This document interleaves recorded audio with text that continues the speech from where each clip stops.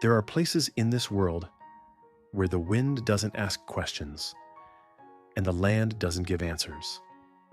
The desert east of Red Hollow is one of those places. It swallows sound, wears down memory, and leaves only bone and silence behind. But even in a land like that, sometimes, just sometimes, mercy takes root. Wyatt Harlan hadn't spoken a full sentence in days, not since the boots in camp turned their kicks on him, not since a drunk man shouted that he was done being dead weight, and swung a fist that cracked Wyatt's lip open like fruit. He took the beating like he took everything else in life, quiet, still, not surprised. Then they tossed him out with nothing but a canteen, a limp in his step, and the bitter taste of old dust on his tongue. He didn't look back. The sun was already high by the time Wyatt crested the dry ridge, his breath tight and ragged, his shirt stuck to his skin, blood crusted at the seam of his collar. But he kept walking. Not because he had anywhere to go, he hadn't in years, but because stopping meant thinking, and thinking meant remembering. And there was no comfort to be found in the past. That's when he saw her. At first it didn't register, just a shape in the dust, a bundle of cloth or bone, or maybe nothing at all. But then the wind shifted, and he saw bare feet curled against cracked earth, hair tangled like dry weeds, arms tucked tight to her chest. She wasn't moving. He dropped to one knee, his breath catching. Her face was half-shadowed, bruises dark beneath her eyes, lips cracked. Nay, she looked like she'd been walking for days, then crawling, then falling. The kind of look you don't get from one bad day, but from years of being made to believe you weren't worth saving. And still, she was breathing, just barely. Wyatt didn't speak, didn't ask her name or where she'd come from. He knew a lost soul when he saw one, and he knew better than to demand answers when someone's already fallen through every crack the world has to offer. So he lifted her. She didn't weigh much. Her ribs pressed sharp against his chest. One arm dangled, limp, but she didn't resist. She didn't even stir. Just lay there in his arms like something too tired to dream anymore.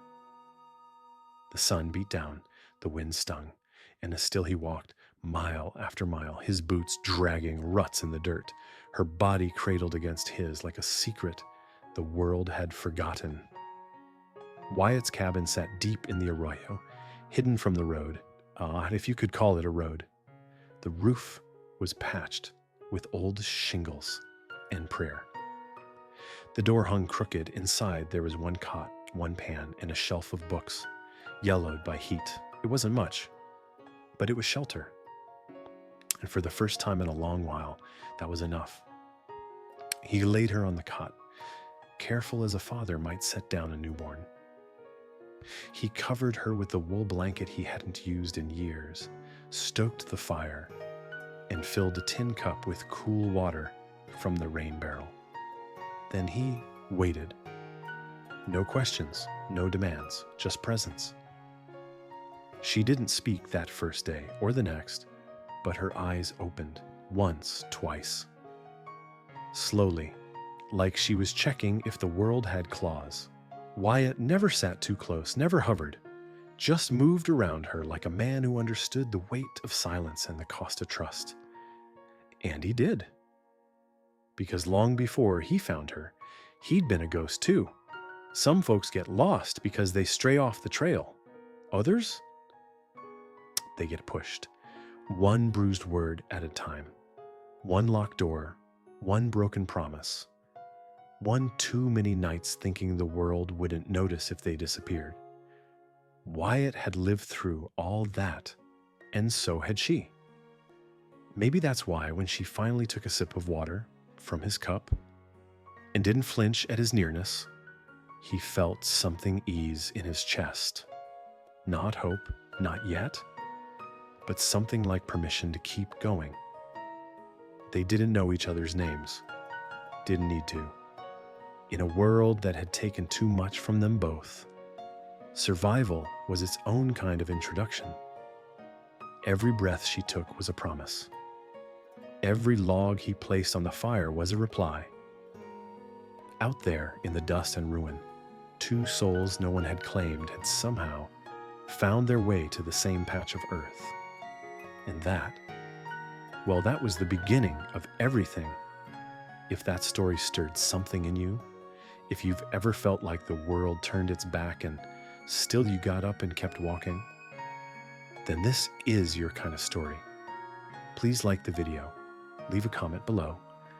We'd love to know your thoughts, and follow the channel for more quiet, resilient tales of found family, survival, and wild-hearted grace in the Old West. Because some stories aren't loud, some are just steady enough to stay. Some folks think shelter means a roof and four walls.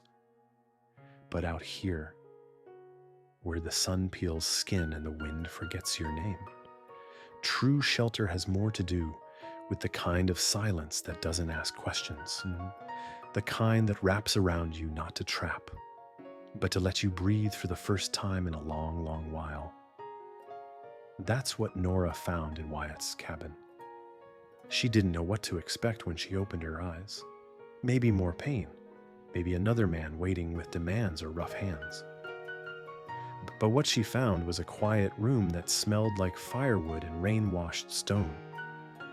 And him, not hovering, not staring, just sitting on the edge of the hearth, mending a boot with thread so worn it might have snapped with one more pull. He didn't say much, didn't even ask her name. And somehow, that was the kindest thing he could have done. Wyatt moved like someone who'd learned to keep his ghosts company without disturbing them. His steps were soft.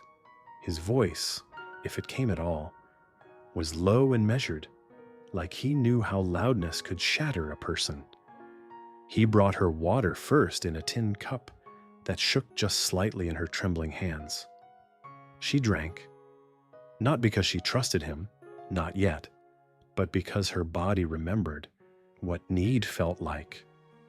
Next came food, not much, just a piece of bread and a bit of dried meat softened in broth.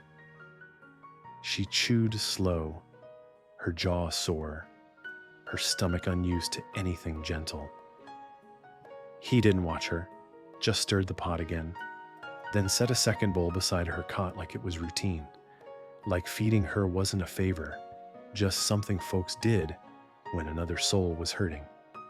And when night fell, cold and sharp as flint, he laid a blanket out by the fire, not beside her, but across the room. He didn't take the cot, didn't claim space just because it was his home. He slept on the floor without a word, one hand resting near the old rifle he kept more for show than use, the other tucked beneath his head. She could have run then, she knew that. But her legs didn't move, not out of fear, out of something that felt like relief. There was no lock on the door, no chain at the window, just wind brushing through the eaves and the occasional groan of wood as the old place settled under the weight of its quiet. And for the first time in what felt like forever, Nora slept without fear, gnawing at the edge of her dreams. Wyatt didn't ask what had happened to her. He saw the bruises, the cuts, the way she flinched when a log cracked too loud in the fire. He didn't need the details. Hurt has its own language. And his hands, calloused, steady, worn by the years, knew better than to prod at old wounds just to satisfy curiosity. Instead, he changed the water in the basin each morning. He offered a clean shirt, left folded on the chair near her cot. He even cut a comb from cedar and set it beside her plate one evening, not expecting anything in return. Just a gesture, quiet and simple. Nora didn't speak, not yet. But in the way her eyes followed him across the room, in the way her fingers curled tighter, around the blanket he'd given her, in the soft sigh, escaped her when she sat on the porch to watch the sky bleed orange at dusk. There was Truss, slowly blooming like a desert flower after the rain. And Wyatt? He felt it too. Not in any grand, sweeping way. Just in the calm that settled in his chest each time he saw her breathing easy. In the way the cabin didn't feel quite so hollow anymore. In the rhythm of shared space, quiet meals. And the unspoken agreement that no one here was owed anything, only offered. Some people mistake silence for emptiness, but between Wyatt and Nora, silence was the thing that healed. It was the space between breaths where neither had to explain why they were broken. It was the warmth in the room when she finally took her first step without stumbling. And he didn't make a sound, just nodded once, like a man who understood what kind of courage that took. No names had been exchanged, no stories shared. But in that small, weathered cabin, something sacred stirred. Not romance, not rescue, just rest. Honest, unconditional rest. And if you've ever needed that, if you've ever prayed for just one night where no one asked anything of you, then maybe you understand why this part matters. Why it's worth telling, even if no one rode in on a white horse. Even if the only miracle was a bruised woman who finally slept without trembling. There's a language in silence if you know how to listen. Not the kind that cuts or judges, but the kind that makes space. That's what bloomed between Wyatt Harlan and the woman sleeping in his spare cot, wrapped in too many blankets for a summer that still held heat in the mornings. Her name, he learned later, was Nora. But back then she was just presence, bruised, barefoot, quiet.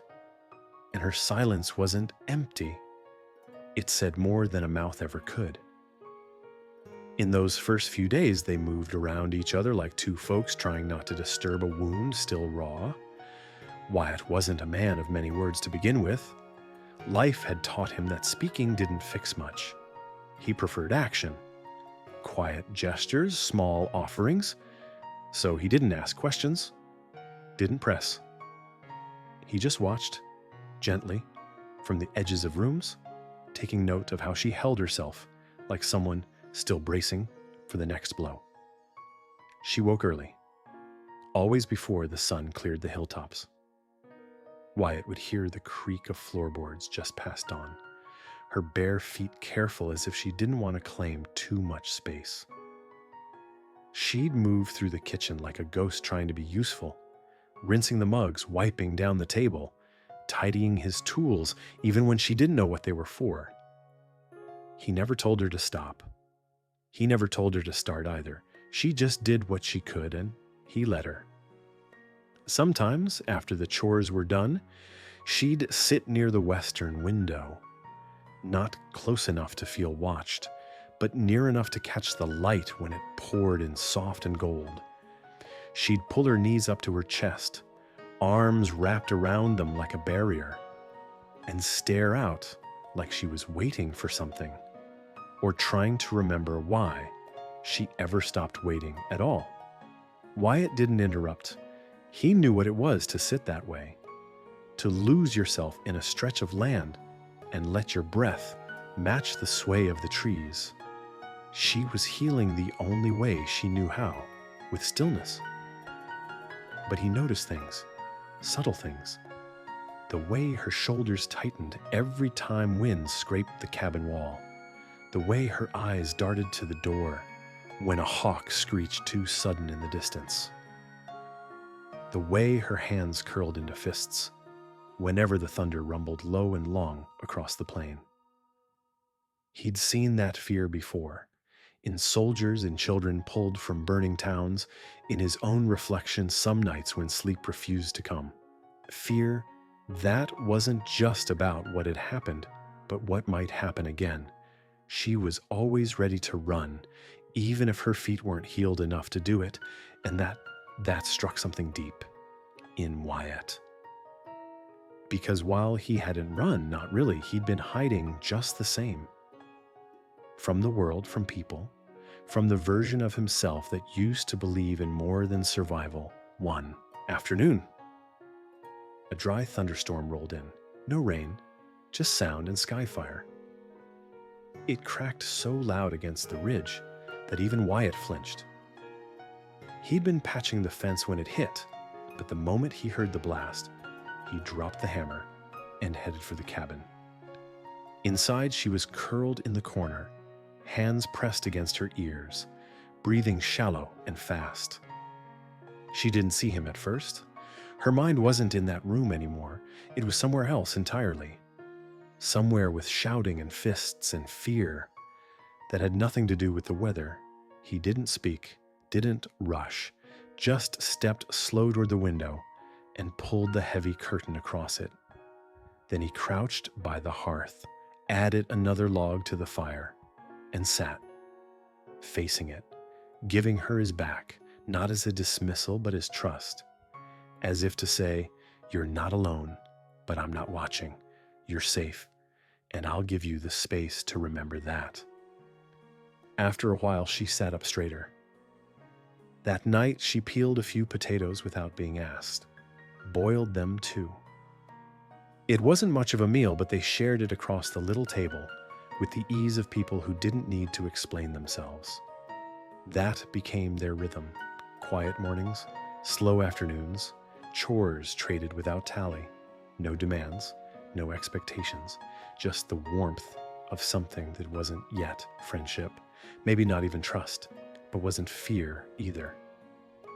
Wyatt started leaving small things for her. A worn pair of socks mended at the toe, a cup carved from soft wood, a comb. He never said they were gifts, never handed them over, just left them in places she'd find. And she used them, one by one. Healing, you see, doesn't always come in grand declarations or teary confessions. Sometimes it comes in the quiet, in letting someone exist near you without trying to fix them, in watching them learn to breathe again. Not because you told them to, but because you gave them room to try. And in that cabin, tucked between a dry creek bed and a stand of stubborn pines, two people were learning how to do exactly that. Sometimes, the softest kind of living is the one that sneaks up on you. It doesn't make announcements. It doesn't come with parades or loud declarations. It just shows up in the quiet rhythm of two people beginning to trust the space they share. That's how it was with Wyatt, Harlan, and Nora. No vows, no promises. Just the slow, steady hum of survival turning into something gentler, something almost like home. It started small, as most honest things do. Nora began to heal, first in the body, then little by little in the way she moved through the world. Her limp eased. Her shoulders didn't flinch every time the wind caught the door. And one morning, without a word, she took the empty pail from beside the wood stove and walked out toward the well. Wyatt stood in the doorway and watched her go, boots crunching the frost-hardened earth. He didn't follow, didn't call after her, just stood there, heart caught, somewhere between worry and wonder. That water came back fresh and full. She didn't spill a drop. After that, the days folded into each other. Nora took up tending the fire before Wyatt even rolled out of bed. She set coffee to boil without asking how he liked it. By the time he sat at the table, it was already poured. No sugar, just heat and bitterness. She'd guessed right. He found his shirt one afternoon draped across the back of a chair, stitched along the sleeve where it had once been torn. The patch was small, careful, almost invisible. Wyatt ran his fingers across the seam, throat tightening at the softness of the gesture. He didn't say anything when he saw her, but he nodded once, slow and real. and she gave a little shrug like it was nothing. But it wasn't nothing. It was a beginning. They didn't talk about it, of course. Words still felt like too much, like opening a door neither of them were ready to walk through. But their silence wasn't heavy anymore. It had shifted. It was a shared silence now, the kind that lived comfortably between two people who understood that presence didn't need filling. It just needed honoring. So they moved in tandem. Wyatt chopped wood. Nora stacked it. She swept the floor. He mended the porch rail. He'd skin a rabbit in the shed. And by the time he stepped back inside, she'd have the pot already simmering. It wasn't planned. It didn't need to be. And then came the boots. He'd noticed her feet, of course, how she walked careful and tight, the threadbare cloth of her borrowed socks too thin for the cold creeping in from the floorboards. She didn't complain, never once, but he saw her rub the arches of her feet at night, twisting her ankles like they ached more than she let on. And so one evening, after a long ride to town and back, Wyatt placed a worn pair of boots by the hearth, soft leather, already broken in, stitched years ago by a man who once believed in walking beside someone. He didn't say a word, just left them there. She didn't say anything either, but the next morning, when he walked in from hauling hay, she was wearing them. Her eyes didn't meet his. She just nodded once, and he nodded back. Something passed between them then. Not romance, not yet, just recognition. Two people who'd stopped running long enough to build something neither of them had dared hope for. She started humming now and then, soft and low, bits of melody from nowhere in particular. He never asked what the songs were, never commented on the way they lifted into the rafters and made the place feel less like a shelter and more like a home. But he heard them, and he let them live in the quiet places he kept locked for too long. Sometimes in the evenings, he'd find her staring at the hills through the open door, her arms folded, boots crossed at the ankle, not watching for danger, just watching, like the world might finally be something she wanted to see again. And Wyatt, he stopped counting days, stopped wondering when she might leave. He knew now there were no maps for this kind of thing, no mile markers, no guarantees, just the slow-growing truth that she was still here, still choosing this, choosing him in her own quiet way. There was no defining moment, no dramatic shift, just boots by the fire, a patched shirt. The smell of herbs hung from the rafters. 2 tin cups always set out instead of one. That's how a life starts to take shape. Not all at once, but in the gentle arrangement of things once broken, placed carefully in a space where they're allowed to be useful again. And maybe that was the real beginning. Not the day he found her in the dust, but the day they both stopped bracing for the end. It was the kind of evening that settles into your bones, the sun pulling long fingers of gold across the floorboards, the wind slipping in through the cracked window to stir the edge of a curtain like it was asking permission to come inside. Wyatt sat near the stove, sharpening a blade with careful, quiet movements, while Nora traced the grain of the wood table with her fingertips. The silence between them wasn't awkward, not anymore. It had grown soft over time, like cotton worn thin by use, familiar, safe. But something different hung in the air that night, a tension not born of fear, but of something trying to rise to the surface. Nora didn't look at him when she spoke, just kept her eyes on the table and said, "I was promised to a man once." That was all at first, just that one sentence, but it hit the room like thunder, not because it was loud, but because it came from someplace deep, someplace old.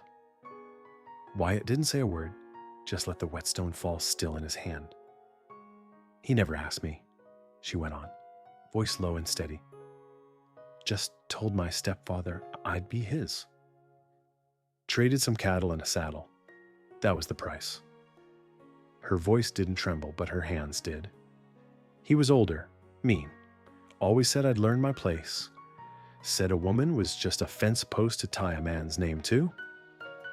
Wyatt didn't move. He didn't need to. His stillness said more than words ever could. He knew better than to interrupt something that had waited this long to be spoken. My mama died when I was 12. After that, it was just me and him, my stepfather. He wasn't the kind that hit. Not with fists, anyway. He used silence, took things, made sure I knew I was alone. Her fingers pressed harder into the wood now, like she was trying to steady herself against memories that didn't ask permission to come back. The man who bought me, he wasn't patient. He didn't care if I cried or bled. Said that's just how things were for women like me, property. And I believed him for a long time. The wind caught the curtain again, lifting it just enough to let the sunset spill across her face. That was when Wyatt saw the tears, shining but not falling, held back like she'd done all her life. She looked at him then, not expecting pity, not asking for anything. But you, she said softly, voice catching on something too full to name. You carried me out of that dust like I mattered, and you didn't ask for a thing. Wyatt swallowed. It felt like gravel in his throat. I've been in rooms where men only knew how to take, she whispered. And you gave me water, a blanket, boots by the fire. Her voice cracked just a little, like it hadn't been used this way in years. I don't know why that matters so much. I wanted to say thank you. Not for saving me, for not taking what wasn't yours. And then quietly, almost like it hurt to say it aloud, she added, you didn't claim me. That was when Wyatt finally spoke, just 3 words. You don't owe me anything. His voice was low, warm, full of something so steady it made her look down and weep, not with fear, not with shame, but with the softest kind of grief. The kind that comes when someone lets you be human again. He didn't reach for her, didn't offer a hand or a shoulder or a handkerchief. He just sat with her, let her cry into the quiet without trying to fix it. Because some things can't be fixed. They can only be witnessed. And that's what he gave her. Not safety like a fortress, but safety like a room where no one had to hide. Later, when she stood and wiped her face with the sleeve of her borrowed shirt, she looked stronger somehow. Not whole, not healed, but steadier. Like the truth had taken root somewhere inside her and found soil. Wyatt went back to sharpening his knife slow and even. The sound filled the space between them, not as a wall, but as a rhythm they both could lean into. That night when the fire burned low and the stars pressed close to the roof, Nora didn't sleep curled away in the corner. She stretched out on her side, back to the hearth, facing the open room. Her hands didn't ball into fists. Her breath stayed slow. And Wyatt? He sat awake just a little longer than usual, watching the embers crackle, thinking about the way a story, when spoken aloud, becomes a kind of freedom. There are days that start out ordinary. The sun rises slow, pouring light across the floorboards just like it always does. The coffee warms on the stove. The air outside smells of dust, sage, and the faint promise of another dry wind. It had been one of those quiet mornings. Nora was out near the back fence, tying a line of clean cloth to dry in the sun. Wyatt was mending a latch on the chicken coop, his sleeves rolled, mind quiet. It had been weeks since that first night she'd shown up in the dust, half dead and silent. Weeks of calm, shared labor, shared glances, shared breath. They still didn't talk much, but they didn't need to. The air between them had softened. And then the rider appeared, just a dot at first, far off, kicking up a thin line of dust on the southern trail. But Wyatt saw him. He always saw them before they got close. He stood slowly, wiped his hands on his pants, and watched the rider approach like a man watches a storm edge over the mesa, calm, but with a stillness that says he's already counting the seconds between lightning and thunder. Nora turned, caught the shift in Wyatt's posture, and looked where he was looking. Her breath hitched. Wyatt didn't have to ask, didn't need her to name it. He saw it in her eyes, the recognition, the fear, the old wound tearing itself open just beneath the surface. But then, something else passed across her face too. Not just fear. Resolve. The rider didn't charge. He didn't shout. He came slow, sure, like he believed the woman he came for still belonged to him. He stopped 20 feet from the front porch and dismounted, letting the reins hang loose. Wyatt had already taken his rifle from the post near the door. He held it easy, not aiming, but not leaving any doubt. The man tipped his hat. "I've come for the girl," he said. His voice was low, oiled like a snake sliding across a warm rock. Wyatt didn't answer, just kept his eyes on him. "She's mine," the rider continued, nodding toward Nora. "She ran off. Her stepfather says she was promised, says there's been a price." Wyatt said nothing, but the way he stood, feet firm, rifle held steady, was answer enough. Behind him, Nora stepped onto the porch, barefoot, shoulders squared. Her eyes flicked from Wyatt to the man and back again. "I'm not going back," she said. Simple, firm, final. The man's jaw tightened. "This ain't over," he said. "No," she replied. "It is." The rider's eyes narrowed. He gave Wyatt one last look, but saw what he needed to see. Not just a man with a gun, but a man ready to use it. Not out of rage, out of principle. He turned, climbed back onto his horse, and rode off without another word. Dust followed him. But Nora didn't flinch this time. She didn't fold in on herself or disappear into silence. She watched him go, arms loose at her sides, lips pressed but steady. Wyatt stood there beside her until the rider was nothing more than a shadow swallowed by heat and distance. Then he lowered the rifle, leaned it against the porch rail, and looked over at her. "You all right?" he asked. She nodded once. "I think so." He didn't press, just offered the smallest nod in return. Then he went back to the coupe, like nothing had happened. Not because it didn't matter, but because letting her stand on her own meant more than holding her up.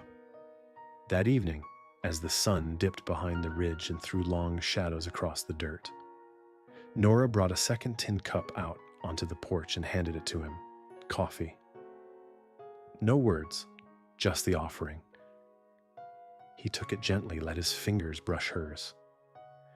"Oh, I thought I'd run again," she said after a moment, voice soft.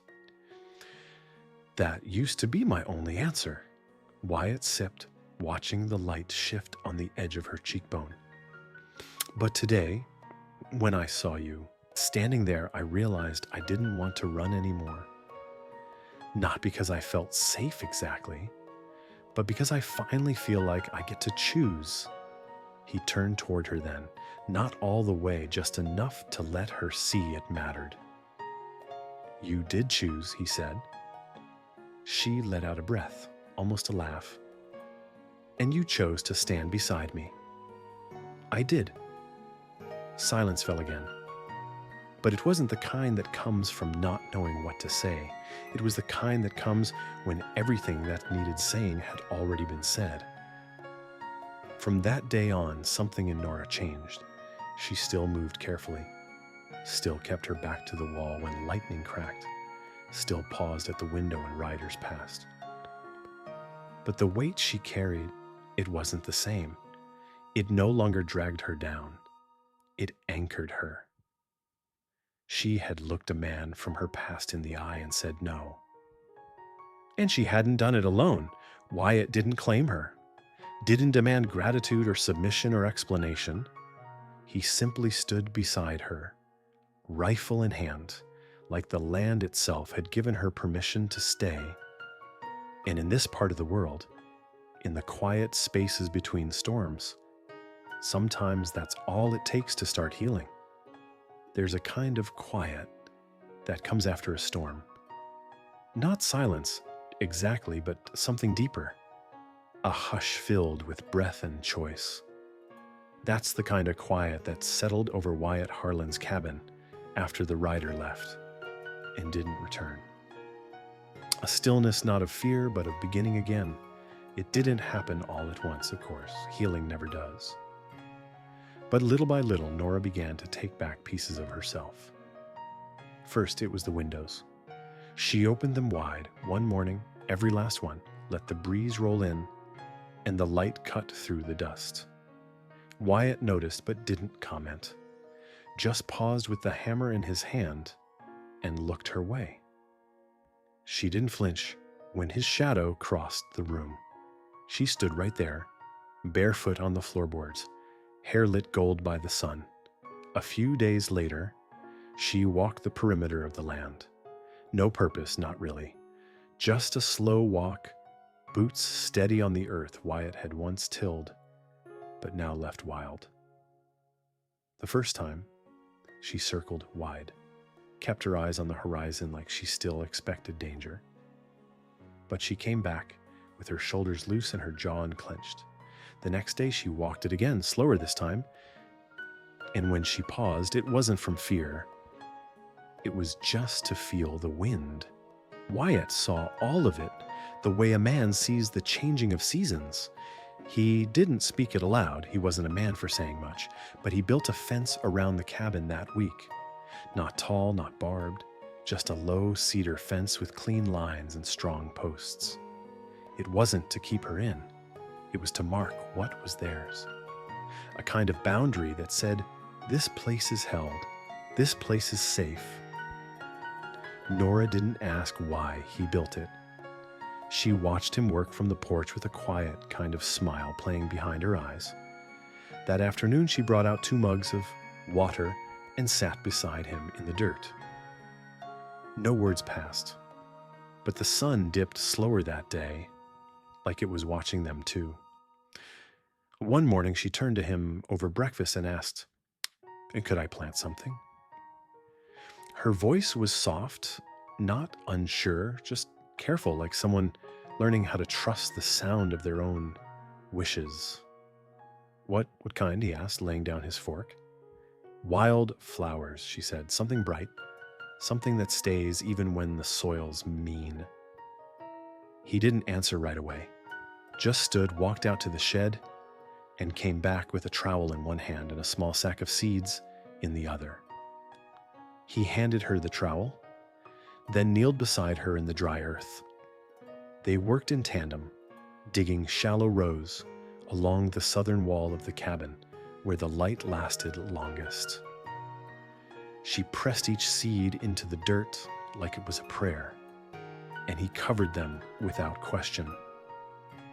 When they were done, she dusted off her palms, and he watched the way the wind tugged gently at the hem of her dress. That afternoon, the porch got a new chair, one he built from pine and rawhide. She didn't ask for it. She just found it waiting beside hers. Life didn't return to that cabin like a flood. It crept in like ivy, slow, steady, and without asking permission. There was a bowl of fresh apples on the windowsill one day, a folded cloth on the table another. She started humming once while kneading bread, and Wyatt froze at the sound. Not because it startled him, but because it filled a space he hadn't known was still empty. Nora didn't belong to anyone anymore, not to a stepfather, not to a man who thought a promise meant ownership. And Wyatt never once tried to make her his.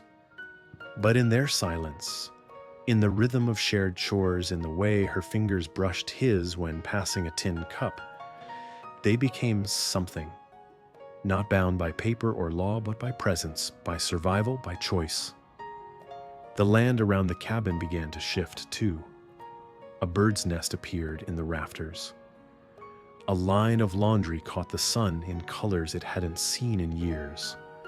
The wind, once a hollow whistle through empty eaves, now carried the faint scent of sage and bread and open windows. There's something sacred in the reclaiming, in choosing to stay when you once thought fleeing was the only way to survive.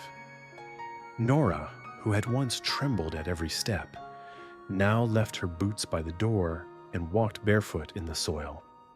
Wyatt, who had lived in shadows for years, now caught himself watching her, not out of worry, but with something quiet in his chest that looked an awful lot like hope. One evening, she leaned against the porch rail and said, "You think they'll bloom?" He followed her gaze to the patch of earth they'd worked together. "They will," he said. "You sure?"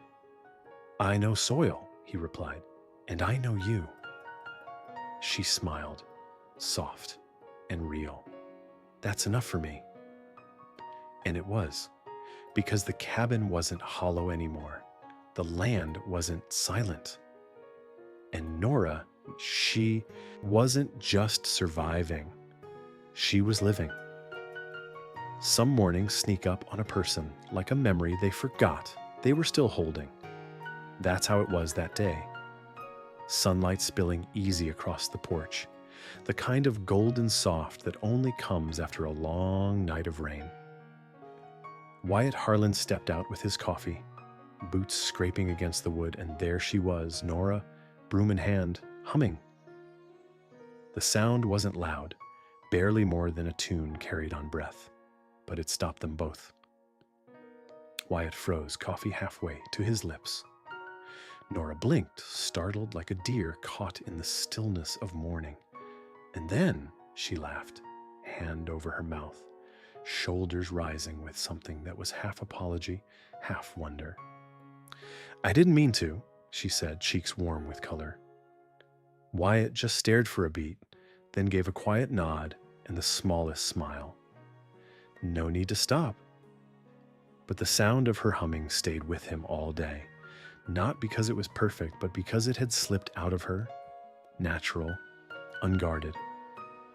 The way joy sometimes forgets, it's supposed to be afraid. They didn't talk much that day. Didn't need to. There was laundry to be strung, a fence post to restake, stew to be stirred. But the rhythm of the day had shifted. There was something lighter in how she moved through the cabin, in how she opened the windows without glancing over her shoulder first. By the time the evening rolled in, soft wind tugging at the curtains and shadows stretching across the floorboards, they were both settled near the fire, not touching, not needing to, just sitting in that quiet they'd both learned to share. Nora's voice came out low, thoughtful. "This place doesn't feel like hiding anymore." Wyatt didn't look at her right away. He stared into the fire a moment longer, watching the flames shift like thoughts he hadn't named yet. Then he said, plain and certain, "That's because it's not." And he meant it. This cabin, once a place of ghosts and grit and silence, had become something else. Not a sanctuary built from stone or sermons, but from small things. A coffee cup passed without a word. A coat folded and left near the fire when a storm rolled in. The kind of gestures that didn't shout love, but whispered it. They still hadn't said the word, not aloud, but it lingered there, thick in the air between them. Tied into the way, Wyatt watched her walk back from the well with that quiet strength in her step. threaded into how Nora placed a second spoon on the table without being asked. It wasn't spoken, but it was there, like the scent of wood smoke after dark. Faint but steady. A truth that didn't need a name to be real. Love, when it came, didn't crash in loud or reckless. Not for them. It came like breath, like water finding its level. And if it never passed between their lips in the shape of a sentence, that didn't make it any less known. They lived it. Wyatt, a man once broken by war and loss, found himself checking the locks not out of fear but out of habit, because she was here now, because someone needed protecting again. And Nora, once taught to flinch at every kindness, now leaned against the doorframe at dusk and asked questions like, "Do you think we'll get a late frost?" Not because she feared the cold, but because she was planning to stay through it. That's how you knew it was real. Not by how fast it came, but by how deeply it stayed, how it wove itself into the fabric of the day, thread by thread, gesture by gesture. One night, thunder rolled low across the plains, and Nora stirred in her sleep. Wyatt, already awake, reached down from his cot, touched the edge of her blanket, and tucked it tighter around her. She didn't wake, but her hand moved in the dark, found his wrist and held. No words passed between them. None needed to. That was the thing about healing.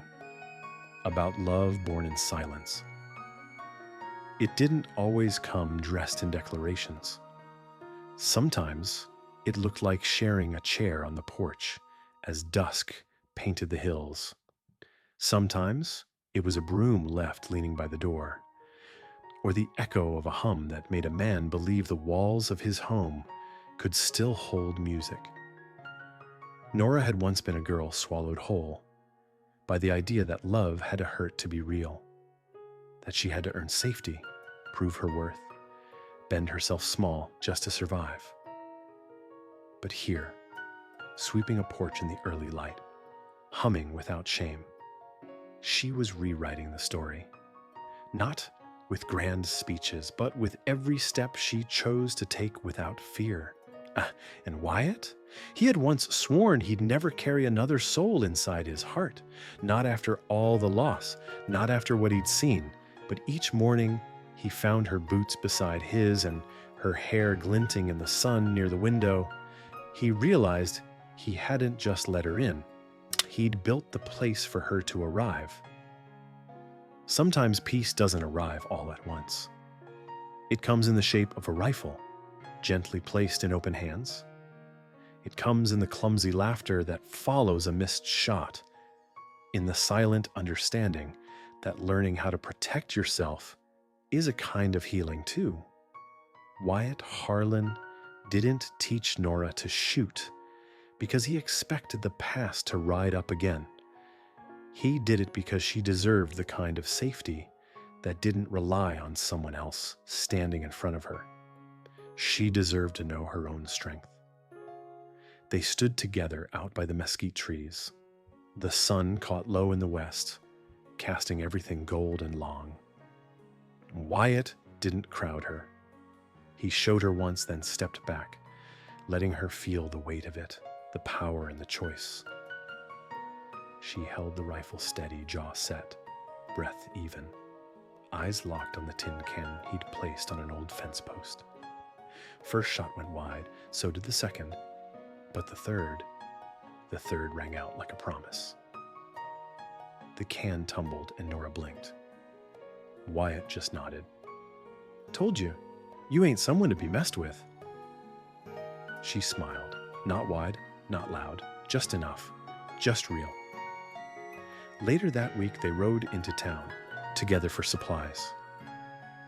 It was the first time since she'd arrived at his cabin that they'd gone anywhere side by side. No more hiding, no more fear keeping her behind four walls. She rode upright in the saddle, eyes forward, boots in stirrups that had once belonged to Wyatt's sister. Folks looked, sure, but no one said a word. Not when Wyatt walked beside her. Not when he placed a gentle hand at the small of her back as they crossed into the general store. Not when he helped her down from the horse with more care than some men show their own kin. Or whatever whispers might have circled before, they stopped short at the edge of that porch. Respect has a way of making its own space. Inside, Nora picked out coffee flour, a length of thread the color of sunrise. But what caught her eye, what she didn't leave behind, was a thick wool blanket with red stitching along the edges, simple, warm, sturdy. She ran her hand along it for a moment, then nodded. Wyatt didn't question it. When they got back to the cabin, she didn't ask. She just hung that blanket right beside the door, like it belonged there, like she belonged there. Wind tugged gently at the corners, but it held. And with her palm resting against the fabric, she said 5 words that stopped him still. "This is home," she said. Wyatt looked at her then, not just the woman who had arrived, bruised and barefoot and silent, but the woman who now planted wild flowers, who stood her ground, who learned how to aim and speak and choose. He didn't say much in return. He didn't need to. But he stepped beside her and laid his hand on hers, warm against the red stitches, and together they just stood there a moment, breathing the same air, touching the same wall, knowing the same truth. That night they sat by the fire, not like they had in those early days, across from one another with silence thick between them. This time, they sat close, shoulders brushing, legs angled towards the heat, both watching the flames, but seeing something different in them now, not ghosts, not warning, just warmth. There wasn't a label for what they had, no vows spoken, no preacher called, but when Wyatt refilled her cup before his own, when Nora rested her head lightly on his shoulder, when they both stayed sitting long after the fire had dimmed, that was the truth of it. Not survivor and savior, not broken and whole, just 2 people choosing each other. And that's what peace really looks like, isn't it? Not perfect, not loud, but steady. It looks like a woman tying back her hair with a ribbon she picked for herself. It looks like a man building a shelf for books she hasn't even found yet. It looks like sitting quietly and not needing to speak to be understood.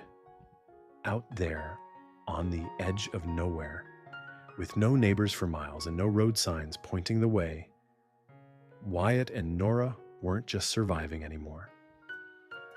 They were building something, not from scratch, because scratch was too clean a word. No, they were building from what had been broken, from scars, from memory, from kindness passed hand to hand. And that red-stitched blanket by the door, it didn't just keep the cold from seeping in, it signaled something to anyone who might pass, to the wind itself. This place wasn't just shelter. It was chosen, claimed, lived in. That night, as stars blinked open and coyotes called in the far dark, Nora whispered a single question into the quiet. "Do you think it'll last?" Wyatt, who had once thought nothing good could, answered like it was the only thing he knew for certain. "Yeah," he said, "I do." Spring came to the desert like it had something to prove. The kind of spring that doesn't shout but slips in soft. You wake up one morning and the cactus has a crown of yellow bloom. The wind's not biting anymore, it's brushing your sleeve like an old friend. The cabin, once a refuge, now feels like a home. And for Wyatt, Harlan, and Nora, the woman who once arrived barefoot, bruised and silent, it was more than just a change in the season. It was proof that something broken could not only mend, but bloom. Nora planted her first garden just beyond the porch. It wasn't much. Some sage, desert beans, a few hopeful sprouts of squash, but it was hers. And more than that, it was theirs. Wyatt built her a gate, low and sturdy, and next to it, a pen for the 2 goats they'd brought back from a trading post a month earlier. He'd never said much about it, just led the animals into the pen, tipped his hat toward her, and said, "Figured we could use some company that eats less than we do." They laughed. That was new too. Laughter didn't live here when they first met, neither did peace. Back then, silence was survival. It filled the space between them like fog. Careful, tense, uncertain. Now that same silence had softened. It was the sound of a broom sweeping wood floors, the low clink of spoons in morning coffee, the scratch of Wyatt's pencil as he wrote supply lists, and Nora's humming near the window as she mended an old quilt. They talked more now, not just about the past, though that came sometimes, slow and uneven, like thunder after lightning. They talked about the land, about what to plant next season, about how many eggs the neighbors' hens were laying, about nothing and everything, and the strange, quiet magic of building something without needing to name it. One afternoon, as the sun leaned long over the canyon and Wyatt ran his hand along a new beam he'd set on the porch, he turned and asked, "You ever think about leaving?" Nora didn't hesitate. She just looked at him, a little wind in her hair, a smudge of dirt on her cheek from the garden, and smiled. Not once. That smile, it said more than any vow ever could. See, that's the thing about love in a place like this. It doesn't always come dressed in ceremony. Sometimes it shows up in a pair of worn boots left by the hearth. Sometimes it sounds like, "I'll finish the roof tomorrow," or "Let me know if that bandage needs changing." It looks like 2 chairs pulled close to the fire, like folded laundry in the corner, like the way his coat draped over her shoulders without a word. They didn't say, "I love you." They didn't have to. And maybe that's the lesson here. That love, real love, isn't always loud. It's not always wrapped in ribbons or bound by law. Sometimes it's quiet and rugged and shows up every morning to stack kindling and haul water. It makes room without asking. It offers without taking. It stays. Wyatt and Nora built that kind of love. Not the kind the world tried to tell them they needed, but the kind they chose day after day, chore after chore, breath after breath. It wasn't perfect. There were nights she still woke with a shudder. Moments he still stared into the distance longer than most men would. But they let each other be whole in their own time. That was the difference. By the time summer threatened the edges of the calendar again, the porch had new railings. The garden was thick with herbs. There was a second chair out front that no longer stayed empty. And the blanket with the red stitching still hung by the door, swaying just enough to remind anyone passing by. This was not a place for ghosts. This was a place for staying. So if you're still listening, if you followed their journey this far, maybe take this with you. Not all stories of survival have to end with escape. Sometimes the most powerful thing a person can do is stay. Stay when it's hard. Stay when it's easier to run. Stay, even when all you've ever known is how to survive. Because staying is what makes a life. Thank you for being here for theirs. If this story stirred something in you, please like the video, leave a comment down below, and follow the channel for more true-hearted tales of healing, grit, and quiet love in the wild places. Because in a world that rushes loud, there's still power in the ones who choose to stay silent and build something worth staying for.